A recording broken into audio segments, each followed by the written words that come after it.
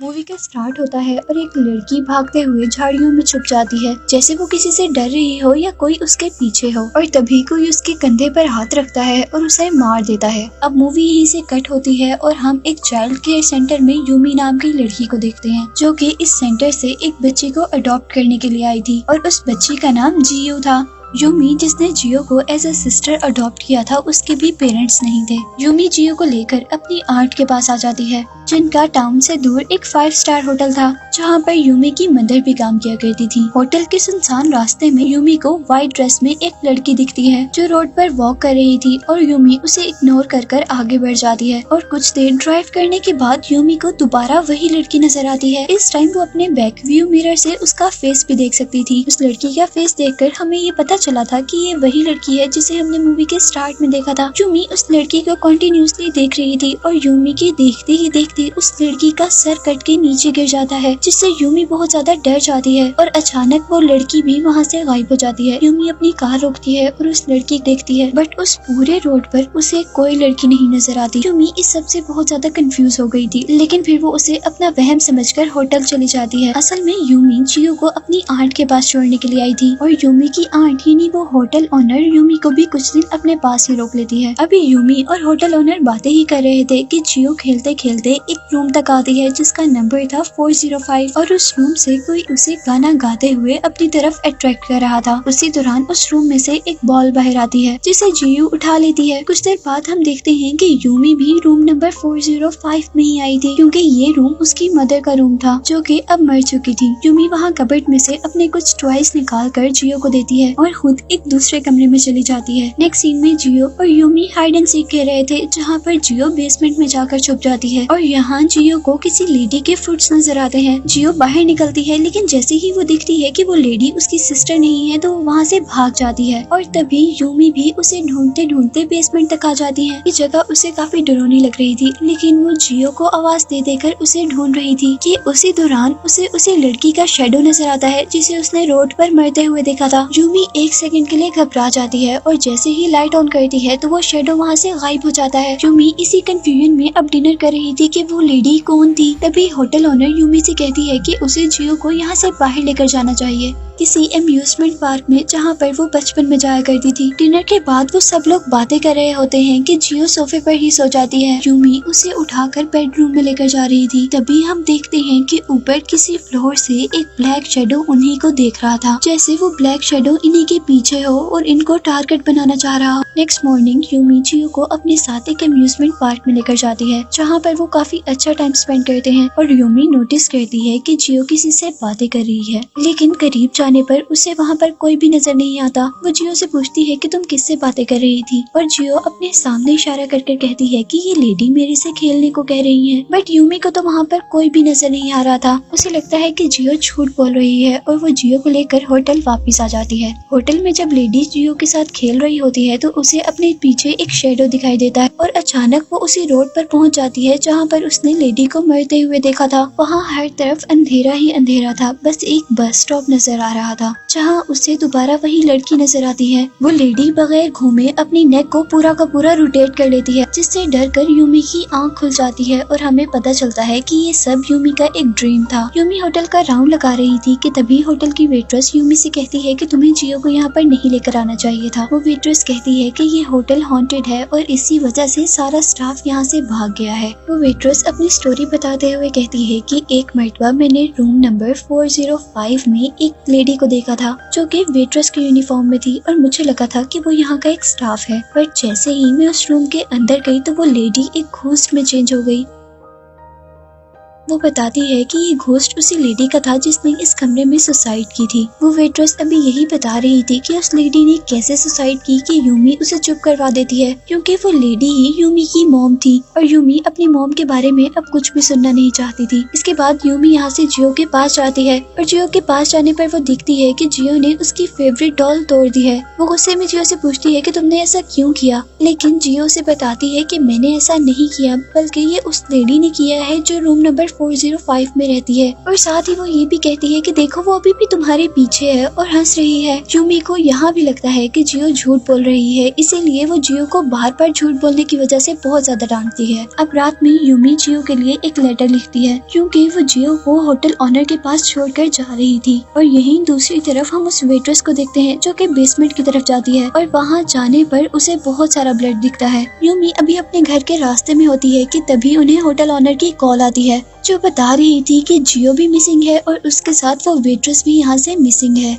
Yumi जल्दी से hotel वापस आ जाती है और यहीं पर हम एक पुलिस ऑफिसर को भी देखते हैं जो कि जियो को ढूंढने के लिए आया था और उसे लग रहा था कि जरूर उस वेट्रेस ने ही जियो का किडनैप किया है। यूमी जियो को जगह जगह ढूंढती है और उसे ढूंढते ढूंढते एक पार्क में भी जाती है पर उसे जियो कहीं पर भी नहीं मिलती और यहाँ वो एक लड़के से टकराती है जिसकी एक आंख पर पट्टी बंधी हुई थी। और तभी इस पार्क में होटल ऑनर आती है और वो यूमी को अपने साथ वापस होटल ले जाती है। इसके बाद जब यूमी होटल में जागती है तो उसे अपने रूम के डोर पर वो वेट्रेस दिखाई देती है, लेकिन यहाँ वेट्रेस ने अपना यूनिफॉर्म नहीं बल्कि यूमी के ही कपड़े पहने हुए थे। यहाँ वो रूमी से कह रही थी कि रूम नंबर 405 में रहने वाली लेडी ने सुसाइड नहीं किया था और वो सब कुछ जानती है कि वो लेडी कैसे मरी थी। और ये कहते साथ ही वो वहाँ से चली जाती है और यूमी जब उस वेट्रेस का पीछा करते करते उसके रूम में जाती है तो उसे वहाँ पर वेट्रेस की डेड बॉडी मिलती है। यूमी उस डेड बॉडी को देखकर बहुत ज्यादा घबरा गई थी और बहुत ही परेशान थी। बाद में पुलिस ऑफिसर्स आकर उस वेट्रेस की डेड बॉडी को यहाँ से ले जाते हैं और यूमी बस बैठे हुए ये सब कुछ देख रही थी कि तभी उसके कंधे पर कोई हाथ रखता है। उसे लग रहा था कि यह हाथ आंटी ने रखा है, पर जैसे ही वो सामने देखती है कि आंटी तो पुलिस ऑफिसर्स के साथ हैं, तो एक सेकंड के लिए वो शॉक थी कि उसके कंधे पर हाथ कौन रख रहा था और उसके पीछे मुड़कर देखने पर भी उसके पास कोई भी नहीं था। यूमी अब इन सारी सिचुएशन से परेशान भी हो रही थी और डर भी गई थी। और जब पुलिस उससे इन्वेस्टिगेशन कर रही होती है तो वो अपने डर की वजह से पुलिस को भी सही से जवाब नहीं दे पाती, जिस वजह से पुलिस को शक होता है कि शायद यूमी ने ही उस वेट्रेस को मारा है और जियो को गायब करने के पीछे भी यूमी का ही हाथ होगा। और इसी शक की वजह से पुलिस ऑफिसर्स उसका इस टाउन से बाहर जाना मना कर देते हैं। और जब वो पुलिस स्टेशन से वापस होटल आ रही होती है तो उसकी दोबारा उसी लड़के से टक्कर होती है जिसकी आंख पर पट्टी बंधी हुई थी। वो लड़का यूमी को बताता है कि उसने भी कई बार उसकी सिस्टर जियो को एक लड़की के साथ देखा है, लेकिन वो लड़का यहाँ पर यूमी को बताता है कि जियो जिसके साथ बात करती थी वो कोई इंसान नहीं थी बल्कि एक घोस्ट थी। और वो लड़का उस घोस्ट को इसलिए देख सकता था क्योंकि उसके पास घोस्ट देखने की एबिलिटीज थी। वो लड़का यूमी को लेकर होटल के बेसमेंट में जाता है और वहाँ वो घोस्ट से कहता है कि जो भी मैं क्वेश्चन करूंगा अगर वो सही हुए और तुमने उसका आंसर हाँ में देना हुआ तो तुम एक मर्तबा टैप करना, और अगर उन क्वेश्चंस का आंसर नो में हुआ तो तुम 2 मर्तबा टैप करना। वो उससे क्वेश्चन करता है कि क्या तुम मरे थे, क्या तुम्हारे पास जियो है,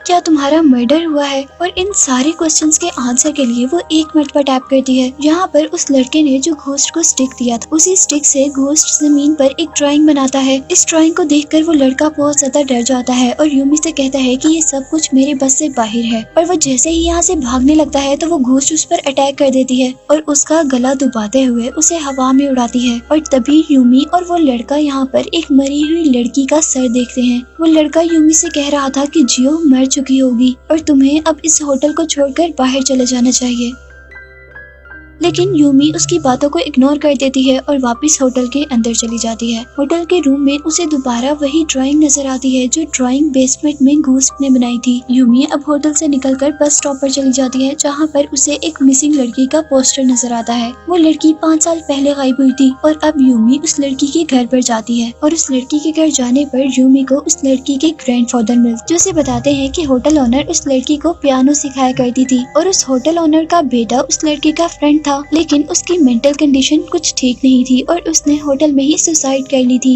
ये फैक्ट सुनकर वो शॉक हो जाती है क्योंकि आंटी तो उसे यही बताती रही थी कि उनका बेटा ऑस्ट्रेलिया में है। अब सीन्स दोबारा होटल में शिफ्ट होते हैं जहाँ पर पुलिस इन्वेस्टिगेशन कर रही थी और होटल के एक रूम में उन्हें वही मिसिंग लड़की एक रोप से लटकी हुई नजर आती है। अजीब बात ये थी कि इस लड़की ने जिस रोप से सुसाइड की थी मरते वक्त वैसे ही रोप उस वेट्रेस की बॉडी पर थी जिस वेट्रेस को मरते हुए हमने इस मूवी में देखा है। यूमी अब होटल जाने पर बेसमेंट के अंदर जाती है जहाँ पर उसे एक दरवाजा मिलता है। यूमी उस डोर से एक रूम के अंदर जाती है जिस डोर का दूसरा दरवाजा रिसेप्शन के पास खुलता था और इस रूम में बहुत सारे सीसीटीवी मॉनिटर्स लगे हुए थे। यूमी उस रूम के अंदर जाती है और दूसरी तरफ हम रिसेप्शन पे पुलिस ऑफिसर को देखते हैं जो कि होटल ओनर का वेट कर रहा। तभी रिसेप्शन पर उस रूम का गेट ओपन होता है और वो पुलिस ऑफिसर भी उस रूम के अंदर चला जाता है। और अब इस रूम से हमें इस मूवी की मिस्ट्री पता चलने वाली है। यहाँ पर यूमी को होटल ओनर का बेटा नजर आता है जिसे मम्मी बनाकर रखा गया था और तभी वहाँ पर ऑफिसर आ जाता है और वो यूमी को अरेस्ट ही करने वाला था कि उन्हें वॉल से एक आवाज आती है और जैसे ही ऑफिसर उस वॉल को तोड़ता है तो उस वॉल के अंदर से उन्हें बहुत सारे मरे हुए लोग नजर आते हैं और कुछ लोगों के तो वहाँ पर कटे हुए सर भी रखे हुए थे। इन डेड बॉडीज को देखकर यूमी तो बहुत ज्यादा डर गई थी कि एकदम से वहाँ पर होटल ओनर आती है और वो पुलिस ऑफिसर की गर्दन में अपनी नाइफ स्ट्रैप करके उसे वहीं पर मार देती है और यहाँ होटल ओनर यूमी को भी एक रोप से बांध देती है और ये रोप बिल्कुल वैसी ही रोप थी जो हर मरे हुए इंसान के साथ मिल रही थी, जिससे हमें पता चला था कि यहाँ पर किसी ने भी सुसाइड नहीं किया था बल्कि ये होटल ओनर ही सबको मार रही थी। और यहाँ हमें पता चलता है कि वो होटल ओनर मेंटली सिक है, जिसे लगता था कि उसका बेटा मरा नहीं है बल्कि अभी तक जिंदा है, इसीलिए उसने अपने बेटे की मम्मी बनाकर इस रूम में रखा हुआ था। और जो कोई भी उसके बेटे की बॉडी को देख लेता था और उसे बोरी करना चाहता था तो वो होटल ओनर उसी इंसान को मार देती थी। कि बस स्टॉप के पास जो बार बार हमें लड़की नजर आती थी ये वही लड़की थी जो इस होटल ओनर की स्टूडेंट थी और इस लड़की को उस होटल ओनर ने इसलिए मारा था क्योंकि वो उसके बेटे को देखकर भाग रही थी।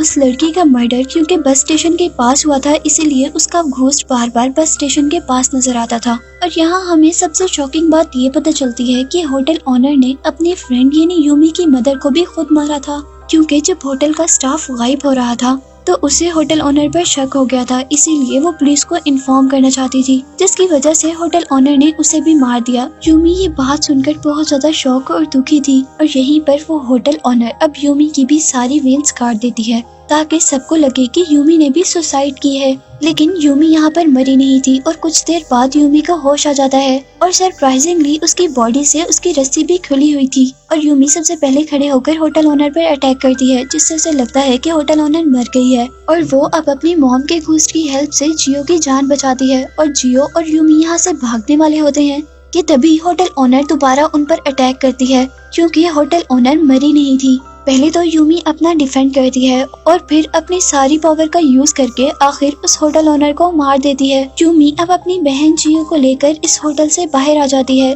और यहाँ पर वो अपनी मॉम के घोस्ट को देखती है और लास्ट टाइम उन्हें गुड बाय कहती है, जिसको मरते हुए ख्याल आ रहा था कि उसका बेटा उसके पास आ रहा है। और इस चीज से हम पर ये बात तो क्लियर हो गई कि होटल ओनर एक मेंटल सिकनेस से सफर कर रही है। यूमी अब अपनी बहन की पूरी रिस्पॉन्सिबिलिटी ले लेती है, उसे सेफली यहाँ से ले जाती है, जिसके साथ ये मूवी यहीं पर खत्म हो जाती है।